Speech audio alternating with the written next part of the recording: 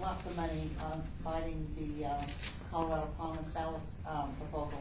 Who's going to pay for the other side in the campaign? We're going to have a campaign. We'll actively raise money for that. There will be a coalition.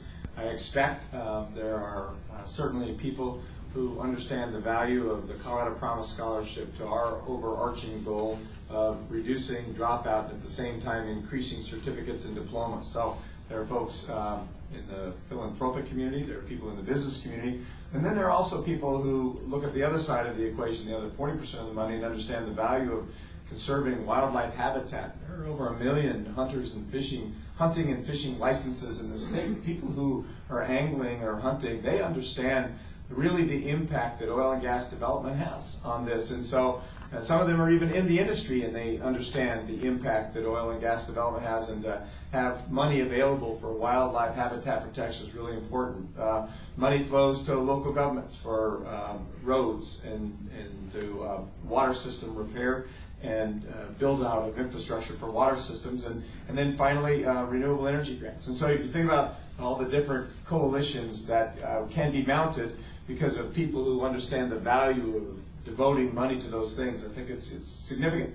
And just the renewable energy end of it alone, we have just such promise, and there is attention. I thank the speaker for talking about the economic development that we've been able to do in the last year and 4 months. It really continues to grow, and I think we're going to see coming into 2008, the rest of 2008, that there will be some other things that will be happening around the state that are really important to the state for economic development purposes. But it's just thinking about it in terms of an investment. And so those will be the coalition of people that we'll put together on the fundraising end, and we will mount a campaign. I don't know that you can spend dollar for dollar against the oil industry when oil's at $118 a barrel, but I don't think you have to, because the people of this state understand the value of this Colorado Promise Scholarship to families, middle class, lower income as well, those families, and the need that they have right now for those scholarships. Mr. Ritter, I also have a question for Mr. Romanoff in Spanish after I ask you this question, but my question is, what did you not address this legislative session that you want to address in the next one? Solamente un. No, it was really transportation. I think if you go back again, look at the State of the State speech, we talked about the things that we wanted to get done. The panel finished its work. The Blue Ribbon Commission finished its work and actually finished its recommendation. The panel has not actually finished its work. They are still alive, and we're going to decide whether or not to go forward with them and talking to them about it. But they made recommendations for different funding levels that they think, and I agree with them, are necessary for us to do certain things. It depends on whether or not we want the Cadillac, which is $2 billion in new revenue, or whether we want to just fix it first, which was the $500 million. And really, this is to, I think, in response to Tim's question, I feel like this conversation broke down around politics, that we tried to get the Republicans interested in looking at how we would put together different pots of money that looked at impact fees, registration fees. It was impossible to get that conversation moving until there was some movement at the end, and it was of a bipartisan nature. But we began our conversation very early in the session, could not get the Republican leadership to act on it at all.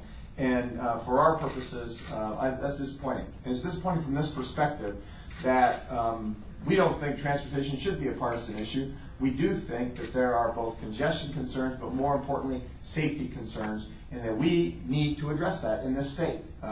We'll have to actively work during the recess and during the next session on finding ways to do those things, to maintain the roads, to ensure that our roads and bridges are safe. And we're going to do it, again, in a bipartisan fashion. It has to be, and we hope that in a non-election year that we have better success than we had this year in finding a bipartisan spirit. Let me just follow up. I know you have a question for the speaker. The governor, I think, has taken an unfair hit on this issue. When we came late to this discussion, a plan was first floated to Senator Gordon and I late February, early March, somewhere in there, and he and I talked about it.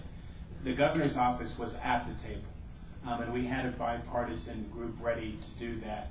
My friends on the other side of the aisle decided that they wanted to score political points as opposed to figuring out a way to invest in the safety of the state. Therefore, we still have 122 structurally deficient bridges. It wasn't Governor Ritter who wasn't at the table. He was at the table. His staff was at the table. CDOT and his folks there were giving us information about how much money we really needed to have to do that. And when we thought we had a plan, we couldn't get our friends on the other side of the aisle to do that. They lacked the political will to do that. They wanted to just score political points. I think it's unfair to knock the governor and his team because they were at the table. There were periods of time where Senator Gordon and I thought we had an agreement and it just kind of fell through. So we are now crossing our fingers and hoping a bridge doesn't fall down between now and when we started in January to start it again. I'm going to try and bring that coalition of folks back together this summer to see if we can have a plan for that to be Senate Bill 1 coming out of the box in January. But we did have bipartisan discussions. As the governor said, transportation is a nonpartisan issue because when the bridge falls down, it's not going to discriminate between Democrats, Republicans, or unaffiliated. But Mr. President, if the problem is that dire, why couldn't the majority Democrats just go ahead and do their own plan? We had that plan, and we wanted to make sure that we had some bipartisan support. And when we kind of got to that point where we figured out, well, we needed to have the House come along with us, and you have to give credit to people like Joe Rice who had the political courage to hold a press conference when a lot of us said, Representative Rice, are you sure you're the one who wants to do that? So he said, this is not about politics, it's about safety. And we just could not get to the point where we had that support. But understand that my caucus is ready to do that in the current configuration that it's in, and one we hope we have in January, and we'll do that in January. Why do you need a bipartisan statement? ¿Qué reto enfrenta la próxima sesión legislativa? Bueno, para mí no tengo ninguna sesión legislativa en el próximo año porque ya me voy. Sí, entiendo, pero ¿qué piensas tú?